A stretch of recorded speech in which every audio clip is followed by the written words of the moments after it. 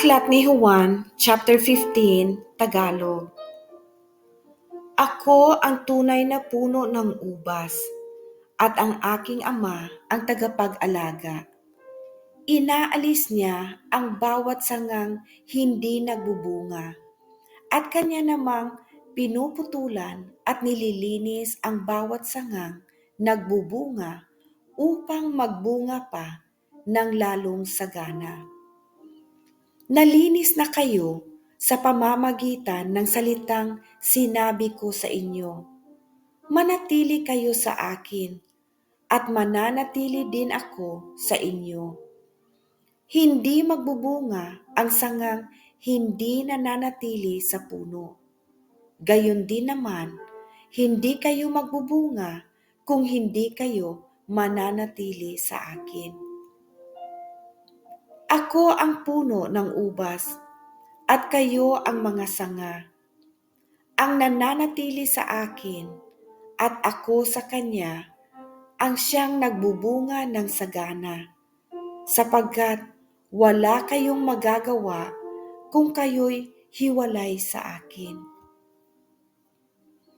Ang hindi nananatili sa akin, gaya ng sanga, ay itinatapon at natutuyo.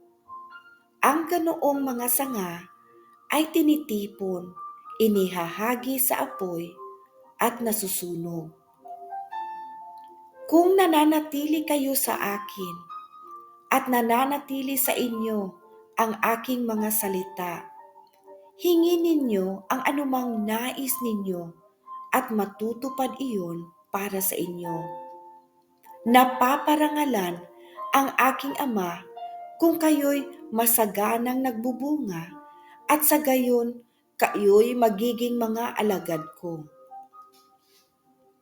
Kung paanong inibig ako ng Ama, gayon din naman iniibig ko kayo, manatili kayo sa aking pag-ibig. Kung tinutupad ninyo ang aking mga utos, mananatili kayo sa aking pag-ibig.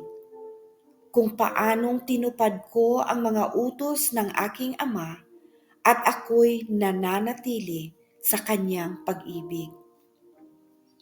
Sinabi ko sa inyo ang mga bagay na ito upang mapasa inyo ang kagalakan ko, at nang sa gayon ay malubos ang inyong kagalakan. Ito ang aking utos. Magmahalan kayo gaya ng pagmamahal ko sa inyo. Ang pinakadakilang pag-ibig na maaaring taglayin ng sinuman para sa kanyang mga kaibigan ay ang ialay ang kanyang buhay para sa kanila. Kayo'y mga kaibigan ko kung tinutupad ninyo ang aking mga utos.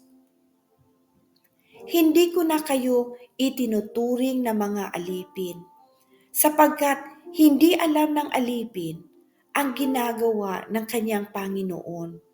Sa halip, itinuring ko kayong mga kaibigan, sapagkat sinabi ko sa inyo ang lahat ng narinig ko sa aking Ama. Hindi kayo ang pumili sa akin. Ako ang pumili sa inyo. Hinirang ko kayo upang kayo'y humayo at magbunga at manatili ang inyong bunga. Sa gayon, ang anumang hingin ninyo sa Ama sa aking pangalan ay ibibigay sa inyo. Ito nga ang utos ko sa inyo, magmahalan kayo. Ang pagkapuot ng sanlibutan. Kung napupuot sa inyo ang sanlibutan, alalahanin ninyong ako muna ang kinapuutan nito bago kayo. Kung kayo'y taga-sanlibutan, kayo'y mamahalin nito bilang kanya. Ngunit hindi kayo taga-sanlibutan, kundi pinili ko kayo mula rito, kaya napupuot sa inyo ang sanlibutan. Alalahanin ninyo ang sinabi kong ito. Walang aliping higit kaysa kanyang Panginoon. Kung ako'y inusig nila, uusigin din nila kayo. Kung sinunod nila ang aking sinabi, susundin rin nila ang inyong sasabihin.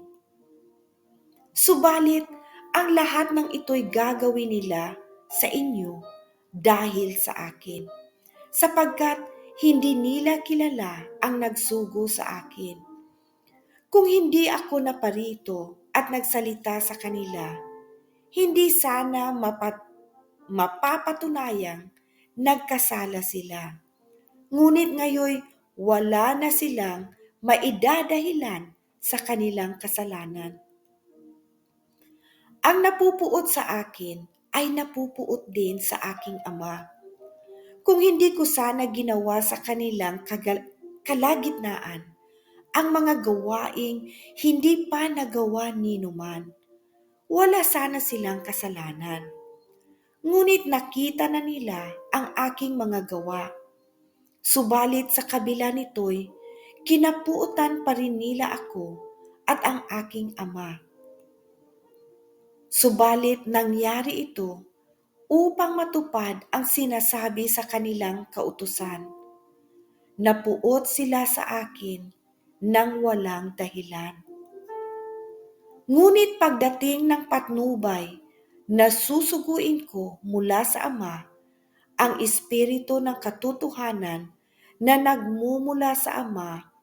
Siya ay magpapatutuo tungkol sa akin at magpapatutuo rin kayo tungkol sa akin.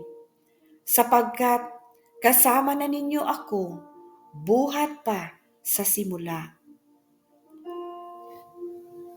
Ibinibigay ko ang papuri, ang pasasalamat at pagmamahal sa Panginoon, katulad din sa kanyang anak na si Hesukristo, ating tagapagligtas. Amen. Maraming salamat po and God bless you.